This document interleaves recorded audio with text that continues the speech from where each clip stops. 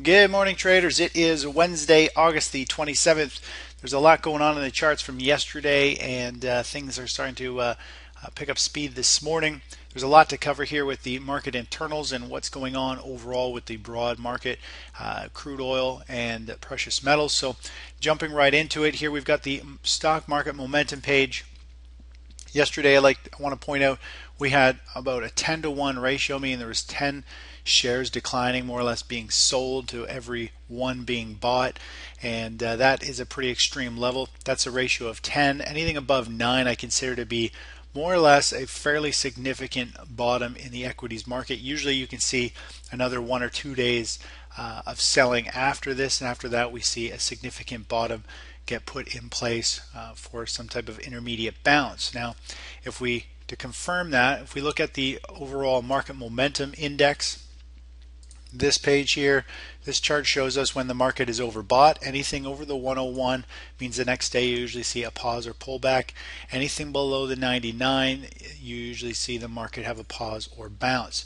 Yesterday we went into an extreme oversold territory. Now the trend is down, so this indicator can trend and stay down here more often than not. You'll notice in an uptrend it kind of plays with the upper end of this range. Now that we're in a downtrend, it'll probably want to stay in the lower end of this range here. So we've got some pretty strong selling. We are oversold. The market is in a downtrend now, though. So the difference is the market can stay oversold for an extended period of time. So even though this is oversold, I'd be aware that we still could see lower prices today or tomorrow before it really puts in a bottom. Now taking a look at stocks trading. Just going to the stocks trading above the 20-day moving average. This is an indicator I like to use. Anything below the 30 level I consider to be an intermediate low. We did come down there. We got a bounce back up the last few trading sessions. Overall, it filled this gap here, and I pointed out yesterday that the 50-day moving average still has a lot of room to move down, which I'll show you on the next chart, and that this 20-day stocks trading above the 20-day average could come down here and linger down in this area for a few more sessions. Much like what we saw back here where it comes down the first time, you get a bounce and then it comes back down and lingers around for about a week as everybody panics out of the market. Markets continue to slide. Very similar to over here, you come down in price, you get a bounce, and then it comes back down for a double dip. And this double dip is what flushes the market out, gets all the longs out before it reloads for another move up. So we've got this move down, we've had a bounce, and now we're coming back down. I wouldn't be surprised if we linger down here for a little bit more, or at least have a spike low, go even further, see a continued washout panic selling today, and then we see this thing start to put in a bottom. Now looking at stocks trading above the 50-day moving average, this chart I pointed out yesterday as we came down to stocks only trading at the 50-day. Really the sweet spot for this is more or less down around the 35 level. When it gets down to this 35 level, that's when we're starting to hit a fairly significant low in the market, and really stocks came down. 50% of the stocks were trading at the 50-day moving average, meaning the majority of stocks were touching their 50-day, and we got a couple day bounce off that last week, and now we're starting to see a continued move down. Now this has got some room to continue to fall here for a couple more sessions, and this chart here is kind of what telling us that the stocks trading above the 20-day moving average, which is the chart above I just talked about, will continue to linger down its lower end as the bigger term, longer term trend kind of continues to work itself down into this reversal zone. Now if we excuse me, look at the actual signal chart, this is broken down to a 30-minute. It's a little more a little noisier. You can see a lot of things going on, but just to really recap where we stand, this here is the panic selling volume ratio. It's a 10 to 1. When that spikes up, usually that you got to be aware that a significant low is likely getting put in place. And we had one back here also. The reading was over 9, and once you see that low, you can see here the market this day was a big spike low. It took another 1, 2, 3 days, 4 days for that selling momentum to stall out, and then you get a decent bounce. So that's kind of where we are now. We could see this continue to grind lower, and this grind lower for a few more days puts the market into an extreme oversold condition on an intermediate basis. Eventually, once we see the selling momentum start to stall out, it'll have some type of pop or a strong rally to go back up to test a double high, double top in the SP500 index. So we got some pretty strong selling. The momentum is probably going to be down for the next couple of days, and we'll be adjusting our stops. Now, we did go short back in here. We were about a day early. Eventually, we got that big drop. Prices have dropped down. We ended up hitting our first short-term target yesterday at the open. We pulled some money off the table to lock in some gains. It was a small move, but the way the market moves and the cycles move so quickly, it wasn't a big percentage gain, but we had to pull some money off because there was a high probability that this double low here and some short-term cycles were bottoming, that it could have easily bounced and turned into a double bottom. So we ended up pulling some money off. We moved our stop to break even, which is this blue line, and now we're starting to see this go down. And more or less, we're going to have a 3% trailing stop as the price continues to sell off. The stop will step down with it each day. So let's take a look at the overall futures chart this morning of the SP500 so you can see where we're trading. Here is the last couple of trading sessions, and yesterday we had a strong gap down. More or less, Friday's sessions closed right here, and then yesterday we saw the market open right about here. We had a quick pop in the morning, and then from there it just faded and continued to sell off all day with more or less rising volume, which is a very bearish sign. With any luck today, yesterday's high volume selling is going to spook out investors around the globe.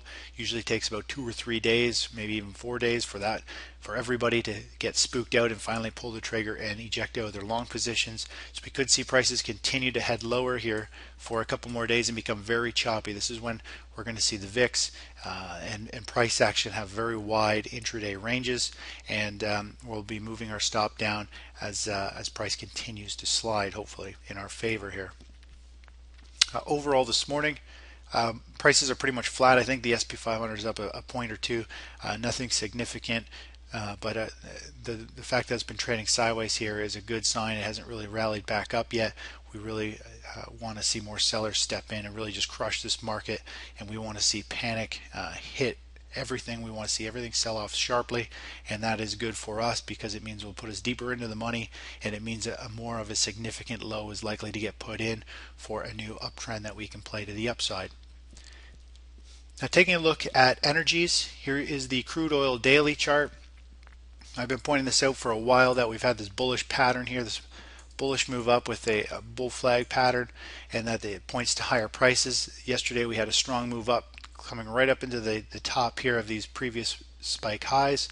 This morning we've got a push. We had a pop up. A lot of shorts I think got run. You can see a spike in price. Let me just zoom in a bit. Probably hard to see on a smaller chart, but overall you can see here we had a spike this morning. Came right up as it blew through these previous highs. Each time it breaks one of these highs, it'll start to run stops. There'll be a flood of buying orders that creates a surge of buying. Once it broke the 110 level, we saw a big spike, huge volume jump up in price, and it's getting sold back down. Now, this is what I was talking about. We've been looking for. We want to see it come up. We want to see it get completely rejected, eventually get crushed here, and then form some type of bear flag that'll bounce back up into a high volume resistance through here, and we'll be looking to short because there's a lot of potential all the way back down to the 90, 92 area once this has a clear reversal pattern and points to the downside. So that's what we're looking for in crude oil. This could continue to head up, and really we're not looking to get into it. We've got some pretty major resistance levels, the 114, the 110, these previous highs. It's getting rejected now as we speak. So really we're not looking to play the upside at all. We're hoping that it gets rejected and then we actually play the downside of crude oil. Now, taking a look at natural gas, here is the natural gas daily chart. Just visually looking at these patterns here, let me just zoom in a little bit more. Visually looking at these patterns, pretty much anybody would say that this bounce here is likely about done. It's just a simple visual calculation. You can compare these previous bounces along with the moving average, and you can just tell naturally it looks as though it's at resistance. There are a couple signs that there is a little bit of weakening. We have had a nice move to the upside. We did get shaken out yesterday at the morning. It started to sell off. We got stopped out at the opening bell for about a 6.5% gain, which is a pretty decent move. We are into resistance here. We do have this red trend line, our moving average, that's acting as resistance. As price has been moving up, we've seen volume slowly declining, meaning there's fewer and fewer buyers, and you've got to be aware that once you start to see that type of price action happen, once the momentum shifts, we're going to see a very sharp drop back down, probably all the way to the 330, or even possibly our even entry point at the 324. Prices will, if you don't take your money off the table, eventually the market will take it back and you won't get anything. So that's why we pull money off the table, tightened our stops. Really, we wanted to see it take off and explode to the upside yesterday.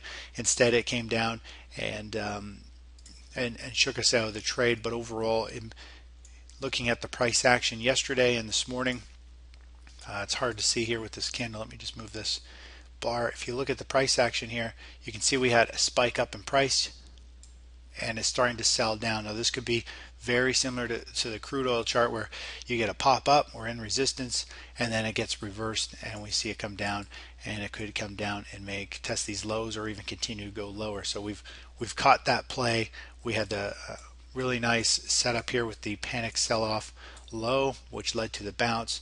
We've hit resistance and we're out of the trade, and we're going to let it work itself out and wait for another setup. Taking a look at precious metals. Precious metals have had a significant run from the lows. I know a lot of people are itching to get in, but overall, looking at the pattern, it's now starting to flirt with flipping to the upside, the momentum to the upside. We have had a nice bullish pattern here. We've had a nice move to the upside, bull flag, another move. Now keep in mind, I pointed this out yesterday, these are significant highs here that really need to be taken out in order for the trend to reverse to the upside. We are coming into the 150-day moving average. We're coming into this downtrend line that goes way back in the chart, even much further than what we can see here. We've got these two previous highs, and this measured move, we've had this move up, a pause, and the same move back up. Now that we're coming into a cluster of resistance and this measured move is more or less over. Yesterday we saw gold miners get hit extremely hard.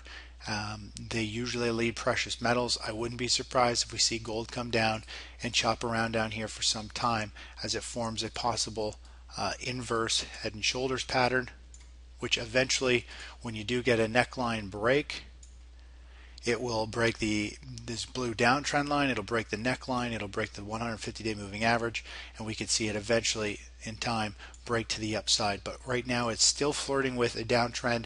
It's measured move here. A lot of people are, I'm getting a lot of emails of people getting in these last couple of days right up here at resistance. Very scary if you ask me, because we could get a very sharp pullback, and it'll leave a lot of people holding the bag right at multiple levels of resistance, while the trend is still more or less down from the bigger picture standpoint. Now taking a look at silver. Silver is a lot more volatile. I don't really work too much off the chart. I usually look at gold miners and gold itself. Overall, we're coming into the 150-day moving average. We have come up and cleared these previous highs, but that's just the way silver goes. Silver likes to make new highs and new lows and quickly reverse. So I'm not looking too much at the silver chart for getting involved on the long side just yet. I'm waiting for some type of sideways chop or pullback before we actually look to possibly get long in silver. But the interesting chart here is the GDX. You can see we had a gap higher in price yesterday. It gapped above. Let me just draw a line here so you can see it. Key pivot high. Price gapped above, excuse me, above this resistance zone, and it sold off, got hammered pretty hard yesterday, and usually miners lead the price of gold and silver, physical gold and silver. So we could see this continue to work itself down. And again, the gold miners look as though they're trying to build a possible major inverse head and shoulders pattern, and this would be the neckline. So we'll see if it plays out here for a while. A lot of people are piling in up here, probably going to get shaken out as it comes down. You can see this moving average, 50-day moving average is slowly starting to rotate up, which is good, but it doesn't mean the bottom is in yet, or it doesn't mean that the trend has actually reversed to the upside yet. It's still consolidating, and prices can consolidate sideways for a very long time, not just months, but sometimes even years. So we're going to let this work itself out, and then we'll get in when the momentum shifts to the upside, and we'll play with the trend, and it should naturally take prices higher. Looking at the bond chart, it's the daily chart of bonds. A little bit of fear this week, last couple days. We've seen money rotate back into bonds. It's now back up into resistance, and more or less it's got a series of lower highs. It's got a series of more or less lower lows. It's channeling its way down, and we really want to see how this is going to start to form. If it eventually should form a bottom here, will start to likely be some type of rounding formation. We'll have some pretty key resistance through this high volume level, so we'll end up having a key resistance zone somewhere around here. Eventually, when it breaks, it should have a nice move to the upside to the 140, and then from there continue all the way up to the 146, 148 area, which you can see is the last consolidation in price, and it's also where there's been a lot of volume traded past, so that's going to be a lot of resistance when it gets to the 140. Anyways, that's it for this morning, and I'll talk to you in a little bit. Bye bye.